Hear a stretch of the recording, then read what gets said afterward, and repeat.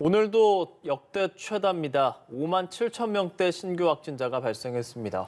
60세 이상 확진자가 한 주 만에 2배 이상 증가하며 위중증 환자와 사망자가 다시 많아질 위험이 커졌는데요. 정부는 이런 가운데 이번 주 거리두기 조정안을 발표할 예정입니다. 한편 교육부는 새학기부터 전국 유치원과 초중교생, 교직원을 대상으로 신속 항원검사 키트를 활용해 선제검사에 나서기로 했습니다. 관련 내용들 최재욱 고려대 의대 예방의학교실 교수와 함께 짚어보겠습니다. 어서 오십시오. 어서 오십시오, 교수님. 네, 엿새째 신규 확진자 수 5만 명대를 이어가고 있습니다. 이틀 만에 또다시 최다치를 기록한 것인데요. 현재 추이 어떻게 분석하십니까? 네, 지금 말씀하신 대로 지금 오미크론 변이로 인한 확진자 증가 추세는 여전히 좀 정점을 찍기는 아직 시간이 필요합니다. 그래서 계속 증가하고 있는 그런 상황이고요.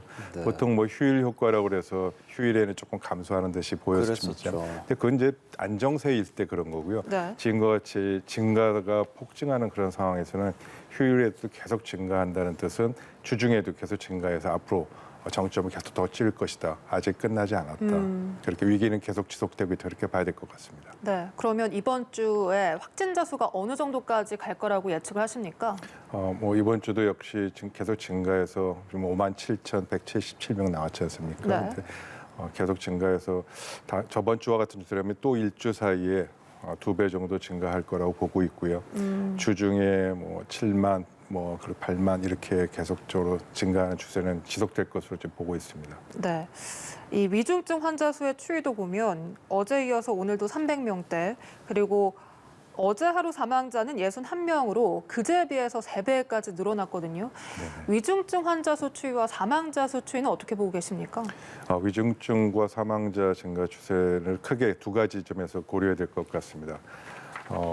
이 기존의 델타 변이 바이러스에 비해서 이 위중증 환자의 발생이 0.4% 정도니까 굉장히 낮은 숫자임에는 분명합니다만 확진자 숫자가 절대 숫자가 폭증하면은 어쩔 수 없이 낮은 비율이지만 위중증도 증가할 수밖에 없고요. 두 번째로 사망률과 또 위중증과 관련해서 특히 중요한 부분은 고령자 60세 이상의 인구에서 얼마나 많이 감염이 더 늘어나느냐 그 두 가지가 가장 그 위중증과 사망자에 영향을 미치겠죠. 지금 이제 요양병원이나 요양원이나 또 이 60세 이상 고령자분이 많이 계시는 곳에서 감염이 한번 발생하기 시작하면 사망자도 급증할 수밖에 없고 그러한 현상이 지금 최근에 나타났습니다. 그래서 위중증과 사망자 숫자도 계속 증가할 수밖에 없고 당분간은 이런 위중증과 사망자에 대한 증가 추세 부분을 고려해서 최대한 보호를 하는 부분이 필요하다고 봅니다. 그렇게 많이 폭증할 것을 대비해서 의료 체계가 지금 준비를 하고 있을 텐데 한 몇 명 정도까지, 중환자 몇 명까지 대응 가능한가요?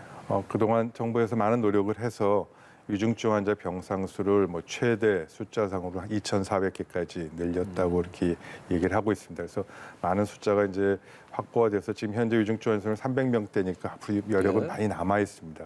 그래서 다행입니다만 확진자 수가 이제 급증하게 되면은 이 부분이 언제까지 우리가 커버 가능할 것인지에 대해서는 이제 그래도 좀 경기를 게을리지 않고 끝까지 최선을 다하는 것이 필요가 있고요.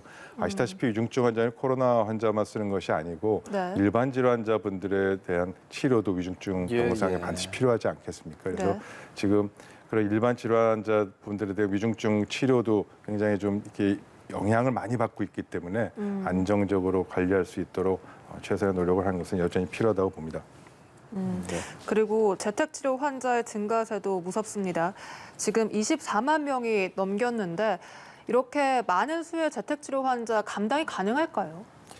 아직은 괜찮다고 이렇게 숫자상으로는 보여집니다. 재택치료 환자분들을 대상으로 한 대면 진료 기관이나 또 동네 의원들 또 많이 확보가 돼서 지금 코로나 진료 가능한 동네 의원이 4,400여 곳이 확보돼 있다 그렇게 얘기를 하고 있습니다만 사실 현장에서 재택 치료에 이렇게 하고 있는 환자 입장에서 보면 좀 불편한 점이 굉장히 많을 겁니다. 사실 전화를 저도 이제 환자분이 주위에 워낙에 많아서 재택 치료 환자분이 저한테까지도 이제 전화로 하거든요. 그리고 왜 저한테 전화를 했냐고 물어보면 보건소에 전화해도 또 지정된 곳에 전화해도 연락이 안 되고 그러니까 답답해서 전화하신 분이 많습니다.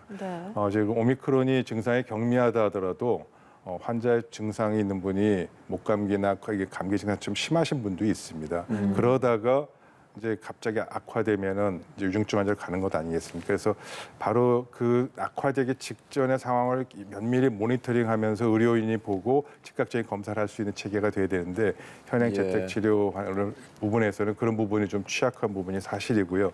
아직은 그런 의료 체계가 역량이 재택 치료 증가에 따라서 역량이 같이 따라가지 못하면서 좀 진료 공백 부분이 여러 곳에서 발생하고 있는 것은 좀 사실입니다. 빨리 정상화되는 것이 필요하겠습니다. 예, 그러길 바라보겠습니다.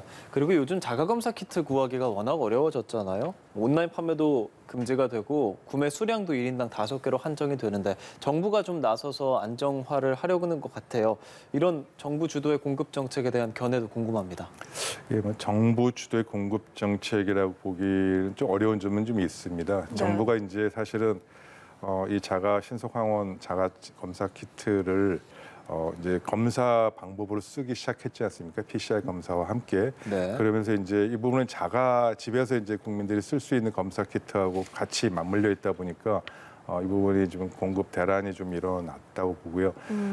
물론 이제 지금 상황에서 좀 이제 그렇게 할 수밖에 없는 부분은 이 의원급에서 이제 예. 코로나 검사를 하게 될 때 신속항원 검사를 많이 사용해야 되는데 거기가 부족해지는 것이 더 중요하겠죠. 그래서 그 부분을 우선적으로 안정적으로 공급하는 차원에서 병의원, 의료기관에 쓰는 것하고 집에서 개인이 구매해서 본인 쓰는 것하고 좀 이 물량 부족을 좀 조정하느라고 지금 이런 정책을 한 것이 필요한 부분은 있습니다. 그런데 다만 좀 아쉬운 것은 이러한 상황이 예견됐음에도 불구하고 정부가 좀 주도 면밀하게 공급량 확대라든지 공급망 이 확충이라는 부분을 좀 더 면밀하게 신경 쓰지 못했다는 점은 좀 지적될 부분이고요. 아무래도 뭐 조만간 조금만 시간만 지나면 좀 해소될 수도 있겠습니다만 환자 수가 폭증하는 것에 따라서 공급량이 따라가지 못하는 부분에 대해서는 고려할 필요는 있겠습니다. 네, 그러니까 자가검사 키트는 오늘부터 3주간 약국과 편의점에서 개당 6,000원에 구매가 가능하고 또 1인당 5개까지 살 수 있습니다. 다만 이 제한을 두진 않았습니다. 구매 횟수에. 그러니까 다른 약국에 가면 제가 또 5개를 더 살 수 있는 거지 않습니까? 이렇게 많은 분들이 자가검사 키트를 몇 개 정도 구비를 해둬야 되나 불안해하고 있습니다. 의견이 어떠십니까? 자가검사 키트를 상비약처럼 미리 구매할 필요는 없겠죠. 증상이 있거나 내가 이 검사를 받는 것이 좀 필요하겠다 그런 경우에 한해서 할 부분이고요. 이 부분을 뭐 많이 갖고 있다가 증상도 없고 필요하지 않은데 갖고 있을 필요는 없다고 봅니다.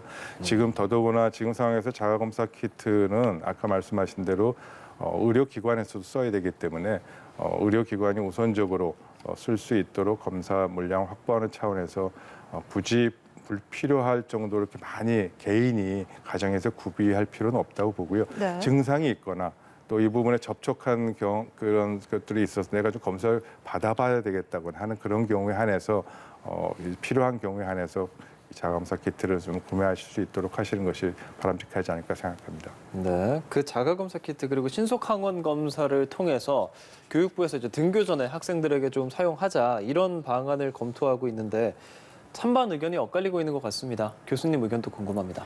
네, 저 당연히 필요성이 있다고 봅니다. 지금 이 전면적으로 등교를 하게 됨으로 인해서 이 소아청소년에서의 이 감염이 확산된 위험성은 크고요. 이러한 사례는 우리나라뿐만 아니고 미국이나 다른 나라에서도 이미 확인된 바고 또 소아에서의 이런 감염 위험이 물론 성인보다는 감염으로 인한 위중증 환자 비율은 매우 낮습니다. 그런데 그럼에도 불구하고 여전히 소아에서도 그래도 위중증 환자 발생 가능성은 있고 이 소아에서의 감염을 통해서 확산되다 보면 전체적으로 이 성인들까지 확산될 우려도 있고 그래서 철저히 관리하는 게 필요하고요. 그런 면에서 신속항원 검사는 일정 부분 필요하다고 보고요. 다만 교직원까지 모두 포함해서 하다 보니까 692만 명의 네. 신속항원 검사를 지금 단시간 내에 검사를 해야 되고 그것도 2회 해야 되지 않습니까? 예. 그래서 그런 부분을 고려할 때 실제 이런 부분들이 검사 키트라든지 검사를 하는 데 있어서 전국적으로 일괄적으로 하는 데 있어서 실시상의 어려운 점은 분명히 발생할 것이라고 보여지고요. 한편으로는 좀 학교장과 학부모 연합회 등과 해서 좀 자율적으로 좀 놓고 검사 시기라든지 검사 방법 등을 좀 이 의료인이 주도하면서 학생들의 불편하지 않으면서 좀 시기라든지 이런 부분을 조절할 수 있는 그런 부분들을 좀 최대한 학교 당국에 학교장에 학교 학부모 연합회 자율성을 좀 부여하면 좀 어떨까 생각도 많은 전문가들이 얘기하고 있습니다. 네, 그러니까 많은 학부모들이 우려를 하는 것이 이렇게 자가검사 키트를 할 때 아이들의 코 속이나 혈관이 약해서 피가 나는 경우가 종종 있어서 우려가 되거든요. 네, 이게 맞습니다. 코 너무 깊숙이 찌르면 안 되는 거죠? 검사상으로는 코 속 깊숙이 해야만 검사가 정확히 되기 것이 사실입니다. 네. 그런데 그렇다고 뭐 지나치게 넣을 수는 없죠. 그래서 결국은 이런 부분도 학생들도 코 사이에 가운데 있는 벽이 비중격이라고 하는데 예. 그런 학생이 약한 학생들도 있잖아요. 예. 그래서 이런 부분들을 좀 약하거나 내가 코피가 자주 나거나 아니면 수술을 받았다거나 그런 상황은 이런 검사를 좀 의료인이 입회하에 의료인의 이제 권고와 지도하에서 하는 부분들이 좀 있으면 좋겠다라는 그런 부분도 필요성 당연히 있겠죠. 그래서 그런 부분들을 고려해서 신속항원 검사를 통한 자가검사를 하되 예. 의료인이나 학교장에서 그런 양호교사랑 같이 상의해가면서 좀 자율적으로 일정 부분은 그렇게 할 수 있는 것이 필요하다는 그런 견해가 아까 말씀드린 내용입니다. 예. 4차 접종 계획을 어제 방역당국이 발표했습니다. 면역 저하자, 요양시설 입소자가 대상인데 갑론을박이 많았던 4차 접종입니다. 이걸 하기로 한 결정적 이유는 뭐라고 보세요? 네, 아무래도 3차 접종까지 다 했음에도 불구하고 고령자에게 감염이 오미크론 감염이 확산되면 위중증과 사망자가 증가할 수밖에 없는 현실적인 그런 어려움 때문에 그렇습니다. 그러나 이제 많은 전문가들은 이제 1년도 안 되는 단기간 내에 백신을 3번을 넘어서 4번까지 맞으면 예. 오히려 백신에 의한 효과보다도 면역 체계를 교란시키거나 여러 가지 부작용도 있지 않겠는가라는 부분을 좀 우려하고 있고요. 그럼에도 불구하고 면역 저하자나 60세 이상의 고령자 분께서는 이 감염이 됐으면 사망률이 증가할 수밖에 없는 그건 엄연한 사실이기 때문에 판단을 해야 되는 상황입니다. 근데 사실 이러한 판단을 어쩔 수 없이 상황이 나쁘니까 이걸 치료의 목적으로의 성격을 갖고 예방접종을 할 수도 있는 상황이거든요. 근데 그런 상황을 하는데 사실 전국적으로 이 부분을 일률적으로 한 시간에 전부 다 맞겠다 하는 그런 부분들도 필요하겠습니다만 아까 말씀드린 대로 상황에 따라서는 해당 환자의 해당 고령자분의 주치의라든지 의료인과 상의해서 예외적으로 좀 접종을 보류하거나 혹은 접종을 이 부분을 맞아도 좋겠다거나 하는 그런 부분들을 주치의와 환자분이 가족들이 상의해서 결정할 수 있는 부분은 최소한 좀 많이 열어놓는 것이 바람직할 겁니다. 그래야 오히려 일률적이고 강제적인 그런 획일적인 4차 예방 접종에 있는 부작용도 예방할 수 있는 방법이 되지 않을까 싶습니다. 그리고 아직까지 국내에서는 12세 이하 어린이들에게 백신 접종이 시작되진 않고 있습니다. 그렇죠. 방역당국이 지난 12월부터 검토는 하고 있지만 아직까지는 신중한 입장이거든요. 네네. 다른 나라의 경우와 비교해서 이 12세 이하 백신 접종에 대해서 어떤 의견이십니까? 네, 물론 잘 아시다시피 미국 같은 경우는 이제 12세 이하, 11세, 5세, 11세까지는 이제 백신 접종을 승인을 했습니다. 승인했다는 뜻은 백신 접종을 다 해라 그런 뜻은 아니고요. 백신을 필요에 따라서는 학부모와 결정하에 할 수도 있다. 이제 그런 이 상황입니다. 그래서 사실 상황에 따라서 소아 여러 분께서는 학부모가 보기에 우리 아이는 호흡기 질환도 원래 갖고 있고 천식도 있고 많은 그 질병이 있어서 오히려 백신을 맞는 것이 내가 굉장히 유리하겠다 해서 맞고 싶어하는 경우도 있을 수 있습니다. 네. 또 의료인의 권고도 오히려 이분은 적극적으로 백신을 맞는 게 필요하겠다는 많지 않습니다. 예외적인 그런 경우에 필요한 사람 백신 접종을 할 수 있는 걸 고려해서 미국 같은 경우는 승인을 낸 것이고요. 전면적인 접종이 강제나 강제 접종은 아니고 예외적으로. 예. 그래서 그러한 측면에서 우리나라도 11세 미만의 아이 중에서 백신 접종을 하는 것이 필요한 것이 오히려 이득이 크다라고 하는 기존 질환을 갖고 있는 그런 아이한테 맞을 수도 있어야 되는데 예. 그러려면 그 부분이 되려면 우선 승인이 나야 되고요. 네. 그다음에 이 승인은 꼭 반드시 의료인과 주치의겠죠. 예. 주치의와 학부모와 긴밀히 상의해서 이 부분은 면밀하게 검토해서 꼭 받을 수 있도록 그렇게 하는 것은 또 검토해 볼 것이 필요하겠다는 전문가 의견도 상당히 있습니다. 예. 사회적 거리두기, 현행 거리두기 이번 주까지죠. 이게 완화될 수도 있다. 이런 의견도 나오던데 가능할까요, 완화? 많은 전문가들은 지금 좀 아까도 계속 말씀하신 것처럼 확진자 수가 계속 증가하는 추세고 지금 이 정점은 앞으로도 최소한 2, 3주는 지나야 정점이 될 거라고 생각하고 있고 여러 가지 어려운 점이 많아서 전면적인 완화는 어렵지 않겠느냐라는 게 많은 전문가들이 견해입니다. 그렇다고 해서 지금 확진자가 이렇게 증가하고 있는 추세에서 많은 그 기존의 이 방역 패스나 백신, QR 코드나 많은 이런 부분들을 하기엔 좀 어렵지 않겠는가라는 면에서 완화 얘기가 나오는 것 같습니다.